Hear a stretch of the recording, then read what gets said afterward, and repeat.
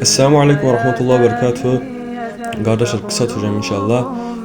Bəziləri bizdən soruşur ki, yeni il niyə haramdır? Yeni il kitab və sünnə ilə və ümmətin icması ilə haramdır. Bu birinci olaraq. İkinci olaraq tarixi olaraq faktlara baxdığımızda yeni il deyə keçirilən bayram Xristianların nəzərində Həzrət İsa'nın doğumundan başlayan miladi tarixin belə deyək, hər il təzələnməsi ilə, hər il artması ilə keçirilən bir bayramdır.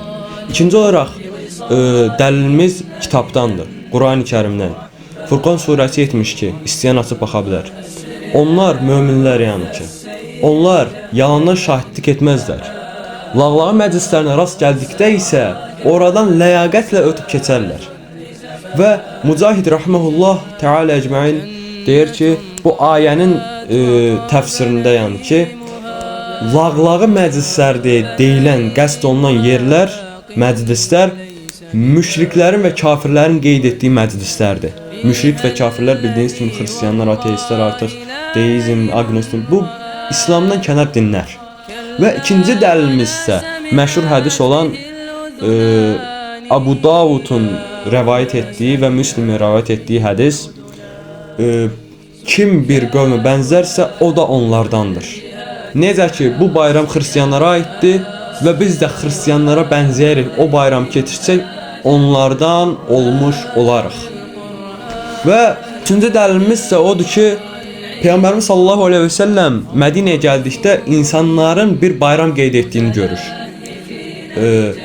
Uşaqlar oynayır, böyüklər oynayır, sevinirlər, nə bilim, artıq özlərinə görə sevinmə şəkillərdə bir şey qeyd etməyə bəlli olur ki, bir bayram qeyd edirlər. Və Rasulullah sallallahu aleyhi və səlləm soruşur ki, bu nədir belə? Onlar deyirlər, bu bizim cahiliyyə dönəmimizdən qalma bayramlarımızdır. Və Rasulullah sallallahu aleyhi və səlləm deyir ki, sizin bu bayramlarınız, yəni onların bayramlarını ləğv edir və deyir ki, Allah Cəllə və Cəlaluhu bu bayramların əvəzinə sizə daha xeyirli olacaq bir bayram verdi. 2 bayram verdi.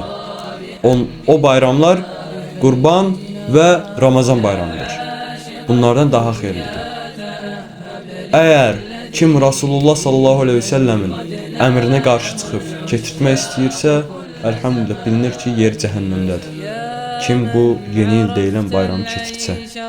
Çünki Rasulullah digər bayramları ləğv etdi, qeyd etmədi. Elhamdülillahi Rabbil Alemin. İnşallah sizə aydın olmuşdur bu məsələ.